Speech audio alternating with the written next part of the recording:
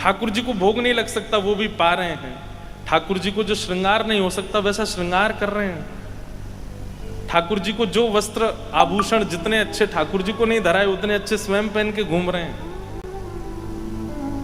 ये तो फिर ये भक्त का स्वरूप नहीं है।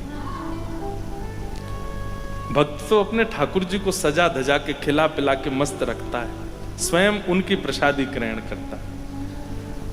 तो स्मरण भक्ति का दूसरा परहेज है अन्न की शुद्धि। वही पाना है जो ठाकुर जी को निवेदित हो सकता है, और जो ठाकुर जी को निवेदित नहीं हो सकता, ठाकुर जी को प्रसादी जिसकी नहीं हुई है, वो सेवन करने का अधिकार आपको नहीं है। यदि आप उसको करेंगे तो माफ कीजिएगा, श्रवण भक्ति, कीर्तन भक्ति, बाकी भक्ति आपकी पुष्ट होंगी, पर स्मरण भक्ति में आप निपुण नहीं हो पाओगे। स्मरण भक्ति की निपुणता के लिए तो अन्न की शुद्धि, वाचो वेगम, अपनी जीव पर थोड़ा सा लगाम लगाइए। और दूसरी बात, जो ठाकुर जी को निवेदित करते हैं हम वस्तु, ठाकुर जी को निवेदित करने से पहले वो वस्तु है, सामग्री है, पर निवेदित करने के बाद वो प्रसाद है। उसके प्रति वो सामग्री बुद्धि नहीं होनी चाहिए कि ये बेसन का लड़ुआ बहुत बढ़िया है, ये मिर्ची बड़ा बहुत अच्छा है, पराठा बहुत अच्छा है। नहीं, वो प्रसाद है। उसके प्रति अन्न और अन्य सामग्री की बुद्धि नहीं होनी चाहिए। इतनी सावधानी रखेंगे तब मन शुद्ध होगा, और तब मन में स्मरण भक्ति प्रकट होगी।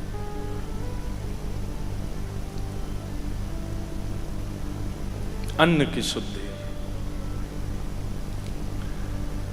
अन्न की शुद्धि और वैष्णव अपराध, ये दो परहेज हैं स्मरण भक्ति में। अगर ये दो किए जाएं तो निपुणता है। अब तीसरी बात, स्मरण भक्ति के आचार्य प्रहलाद जी, स्मरण भक्ति के परहेज, वैष्णव अपराध और अन्न की शुद्धि, वैष्णव अपराध से बचना और अन्न की शुद्धि रखना। अब स्मरण भक्ति के ठाकुर कौन है? बहुत रात भर विचार किया महाराज जी कि स्मरण भक्ति के ठाकुर कौन से हैं, स्मरण भक्ति के ठाकुर जी कौन से हैं। परंतु मन में विचार आया, स्मरण भक्ति के ठाकुर नहीं है, ठकुरानी है। स्मरण भक्ति की तो ठकुरानी है हमारी किशोरी जी, हमारी लाडली जी, हमारी राधा रानी। हे सुन राधिका दुलारी, सुन राधिका दुलारी, तेरे द्वार का भिखारी,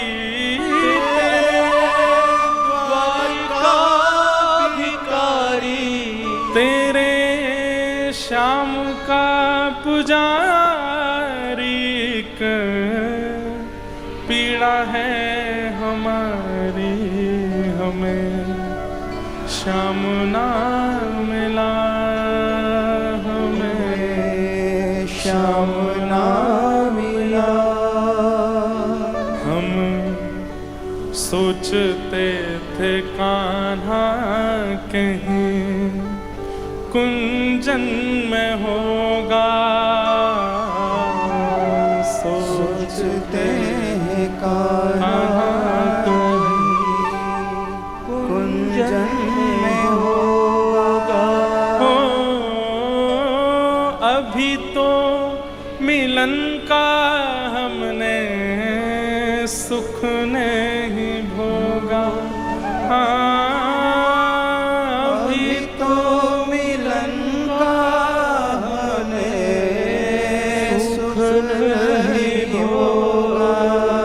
सुन के प्रेम की परिभाषा, सुन के प्रेम की परिभाषा, मन में बंधी थी जो आशा, मन में बंधी थी जो आशा, आशा हुई रे निराशा, झूठी दे गया दिलासा, श्याम ना मिला हमें, श्याम ना मिला हमें, श्याम ना मिला हमें, श्याम ना मिला। भैया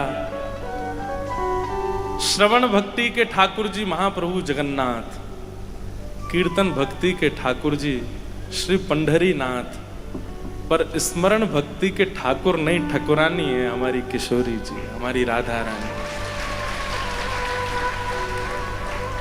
आपसे साधन ना बने, आपसे परहेज ना हो,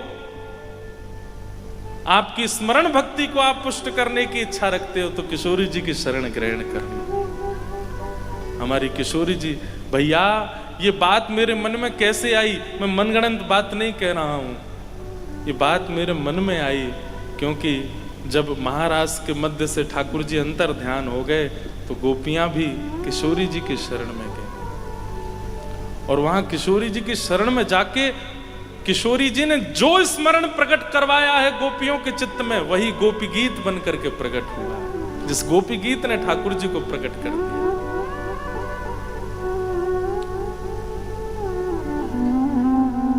गोपियां क्या कर रही हैं? वह स्मरण प्रकट कर रही हैं, वो स्मृतियां प्रकट करके ठाकुर जी से कह रही हैं जो उनके साथ घट चुकी है। और वही स्मरण जब गाया गया और गाते गाते गाते जब रुदन हुआ तभी श्याम सुंदर प्रकट हुए। इससे ये बात पुष्ट होती है कि स्मरण भक्ति के ठाकुर नहीं ठकुरानी है, स्मरण भक्ति की ठकुरानी हमारी किशोरी जी है, हमारी लाडली जी है, श्री राधा रानी।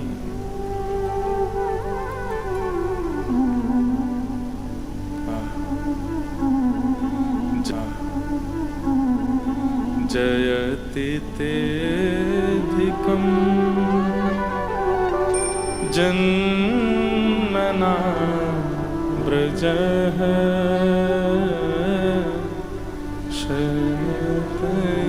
शतइन्दिरा सस्वतत्र दैतदृश्यता दीक्षुतावक स्त्वैधृता सब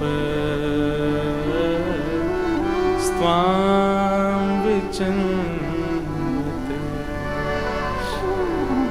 अरे किशोरी जी का तो स्मरण ऐसा है कि जब उद्धव गए वृंदावन और सब गोपियां अपने अपने स्वप्न बता रही थी राधा रानी को, हे किशोरी जी श्याम सुंदर जब ते वृंदावन ते गए हैं तब ते हमारे स्वप्न में कोई गोपी के पीछे पीछे दौड़ते नजर आमे, कोई गोपी की मटकी उठाते नजर आमे, कोई गोपी के घर माखन चोरी करते नजर आमे, कोई गोपी को श्रृंगार करते नजर आमे। सब गोपियां अपना स्वप्न बता रही हैं कि हमारे रात्रि स्वप्न में ठाकुर जी ऐसे आते हैं।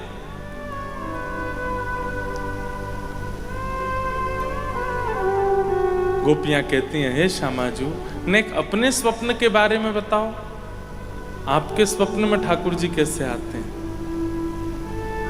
किशोरी जी प्रसन्न होकर के और थोड़े मंद मंद मुस्काते हुए कहते हैं, अरे तुम सबरी गोपी कितनी भाग्यशाली हो कि तुम सबके स्वप्न में श्री कृष्ण आवे। पर मैं तो कहा बताऊं, जाद नाते श्याम सुंदर वृंदावन छोड़ के गए, मेरी बैरिणी निद्रा भी उन्हीं के संग चली गई। तुम नींद आती है तो स्वप्न देखती हो, पर मोह तो नींद ही ना आवे। स्मरण भक्ति मतलब वो व्याकुल कर देती है, तब भोजन की इच्छा नहीं रहती, तब पान की इच्छा नहीं रहती, कुछ कहीं जाने की इच्छा नहीं होती, पर हम पा भी लेते हैं, हम खा भी लेते हैं, हम चले भी जाते हैं। इसका मतलब स्मरण भक्ति पुष्ट नहीं। किशोरी जी की स्मरण भक्ति तो देखो, 100 वर्ष बाद जब ठाकुर जी मिलते हैं कुरुक्षेत्र में, तब रुक्मणी जी किशोरी जी का दर्शन करने गई और दूध लेकर के गई हैं। वो संवाद तो बड़ा है, पर रुक्मणी जी का भाव ऐसा कि जैसे किशोरी जी के सन्मुख कहती हैं कि मैं आपके लिए उपहार में दुग्ध लाई हूं, तो किशोरी जी कहती हैं, रुक्मणी तुम्हारा उपहार स्वीकार है, पर जादना से श्याम सुंदर गए हैं व्रज वृंदावन से, वादिन से मैंने गौ सामग्री स्वीकार नहीं करी है। निद्रा और दुग्ध, ये दो स्वीकार सुख में किए जाते हैं, ये दो स्वीकार आनंद में किए जाते हैं, और मेरा आनंद तो श्री कृष्ण है। जब श्री कृष्ण ही मथुरा चले गए, द्वारिका चले गए, तो ये मैं आनंद कैसे कर सकूं?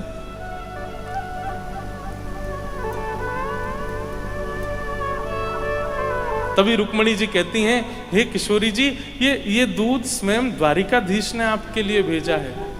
जैसे ही सुनती हैं ठाकुर जी ने भेजा, तुरंत पात्र ले लेती हैं, मुख से लगा करके संपूर्ण दुग्ध का पान, आज 100 वर्ष बाद दुग्ध पान करती हैं, ठाकुर जी ने भेजा है। और दूसरा प्रसंग आता है कि जब श्याम सुंदर मिलने के लिए आए ठाकुर जी से, प्रसंग बहुत वृहद हैं और बहुत अद्भुत हैं, मैं ज्यादा उसमें प्रवेश नहीं कर रहा हूं, केवल सांकेतिक रूप से कह रहा हूं। जैसे ही ठाकुर जी आते हैं ना किशोरी जी के शिविर में कुरुक्षेत्र में, तो यहां किशोरी जी बैठी हैं सब सखियों के साथ। ठाकुर जी को वृंदावन से गए 100 वर्ष हो चुके हैं, और तभी सब सखियां बात करती हैं और किशोरी जी से कहती हैं, यहीं कुरुक्षेत्र में द्वारिका के लोगों का शिविर भी लगा है, और हमने तो सुनी है आज सूर्य ग्रहण के अवसर पर श्याम सुंदर की पुष्प अर्चन चल रहे हैं, तुलसी अर्चन चल रहे हैं।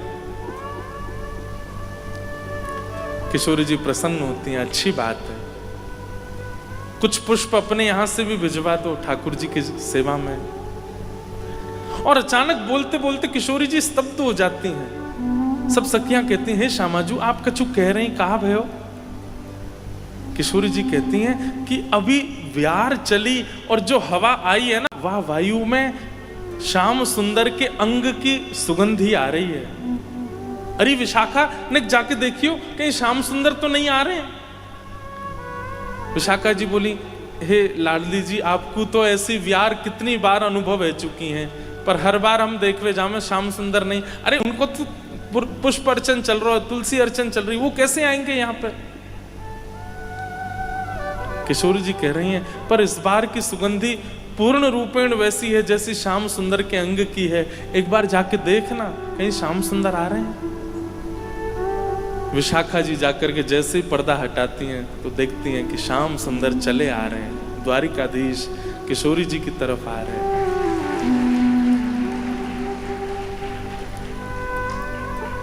जैसे ही सन्मुख पधारे, किशोरी जी ने नेत्र नीचे कर लिए। सब सखियां स्तब्ध हो गई, अब क्या करें, क्या व्यवहार प्रकट करें, कैसे बोलें, क्या कुछ समझ नहीं पा रही हैं कोई भी। जिस सिंहासन पर किशोरी जी बैठी हैं, ठाकुर जी आकर के उसी सिंहासन से टेक लगा करके अपने मुकुट उतार करके और श्री किशोरी जी के चरणों पर हाथ रख करके बैठ जाते हैं। स्पर्श करते ही किशोरी जी का संपूर्ण अंग कंपायमान हो जाता है। किशोरी जी भी सिंहासन से नीचे आ जाती हैं, ठाकुर जी के बगल में बैठ जाती हैं, और ठाकुर जी कहते हैं, हे किशोरी जी, इतने वर्ष बाद आप मिली हैं, देखेंगे नहीं मेरी ओर? किशोरी जी कह रही हैं कि तब के देखे श्याम सुंदर तो चित्त से अभी तक निकल नहीं पाए, अब अगर देखूंगी तो फिर आगे स्थिति कैसी होगी, या भय से मैं नहीं देख रही। ठाकुर जी ने ठोड़ी पर हाथ रख के अपनी ओर मुख किया, और किशोरी जी जैसे ही ठाकुर जी को देखती हैं नेत्र सजल हो जाते हैं। थोड़ी देर तक निहारने के बाद किशोरी जी इशारा करती हैं, हे ललता विशाखा, श्रृंगार पेटिका लेके आओ।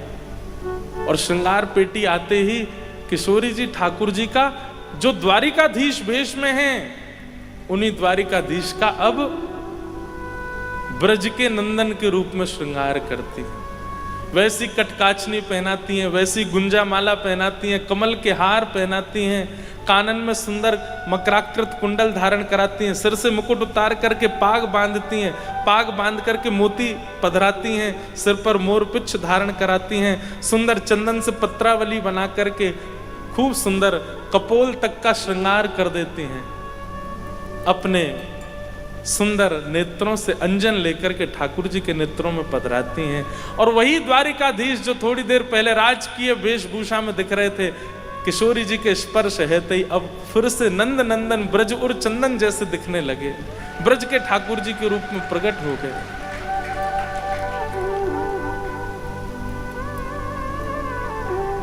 हो तो दासी नित्य तिहारी हो तो दासी नित्य तिहारी। हमारे भाई जी महाराज षोडश गीत में किशोरी जी का भाव उद्गार प्रकट करते हैं ठाकुर जी के लिए। प्राणनाथ जीवन धन मेरे, प्राणनाथ जीवन धन मेरे, प्राणनाथ जीवन धन मेरे, प्राणनाथ जीवन धन मेरे। हो तुम पे मैं बलिहारी, हो तुम पे बलिहारी, हो तो दासी नित्य तिहारी हो तो दासी नित्य तिहारी। और ठाकुर जी का श्रृंगार किया किशोरी जी ने, और श्रृंगार करके केवल अष्ट सखियां हैं, किशोरी जी हैं, और ठाकुर जी के साथ श्री लाडली जी रास विहार करते हैं। 100 वर्ष बाद रास विहार हो रहा है। बंधुओं, निभृत निकुंज की चर्चाएं अलग हैं, निकुंज की चर्चाएं अलग हैं, कुंज की चर्चाएं अलग हैं। ये रास विहार कुंज में हो रहा है, जिस कुंज में सब लीलाएं हैं, द्वारिका लीला, मथुरा लीला, सब लीलाएं हैं। निभृत निकुंज में तो आज भी रास विहार होता है ठाकुर जी का, पर निकुंज की लीला में तो ठाकुर जी द्वारिकाधीश हैं।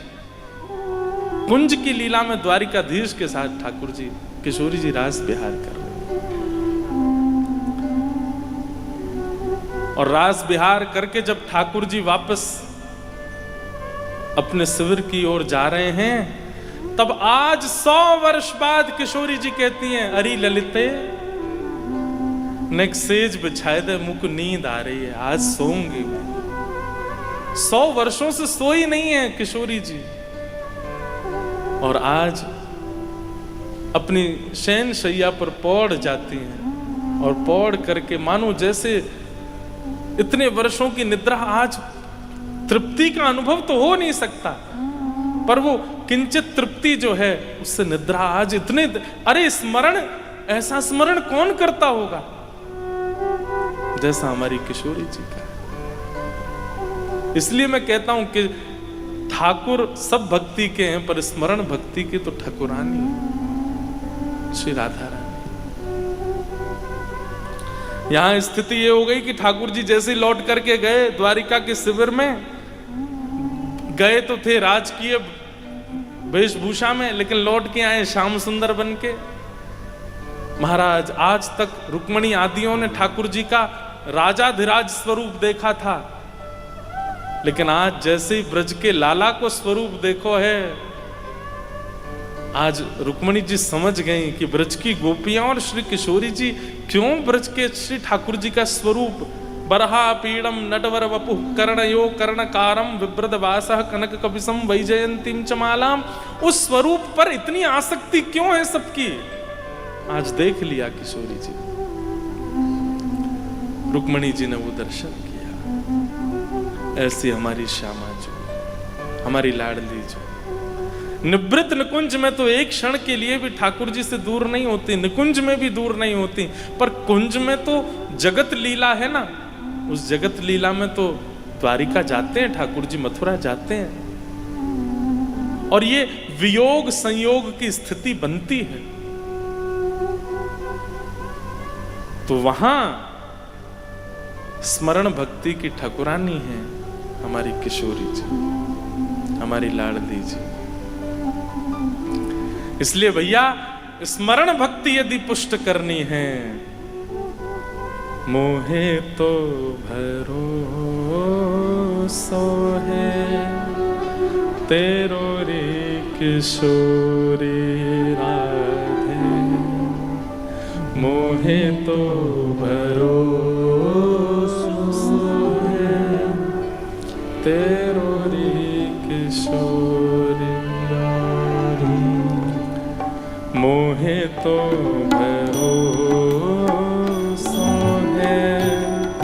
तेरो रे किशोरी राधे, मोहे तो भरोसो है तेरो रे किशोरी राधे। हाँ मोहे तो भरोसो है तेरो रे किशोरी राधे, मोहे तो भरोसो है तेरो री किशोरी राधे, मोहे तो भरोसो है तेरो री किशोरी राधे, मोहे तो भरोसो है तेरो री किशोरी राधे, मोहे तो भरोसो है तेरो रे किशोरी राधे, मोहे तो भरोसो है तेरो ही किशोरी राधे। हमारे ब्रज में किशोरी जी के सन्मुख ये भाव गाते हैं, मुक्ति भुक्ति ना मांगत केवल, मुक्ति भुक्ति ना मांगत केवल। हे श्यामा जी, हमें मुक्ति भुक्ति नवनिधि आदि ये सब नहीं चाहिए, केवल एक बात चाहिए और आप वो पूरी कर सकती हैं। क्या? अपनो जान संभालो किशोरी राधे, अपनो जान संभालो किशोरी राधे, अपनो जान संभालो किशोरी राधे,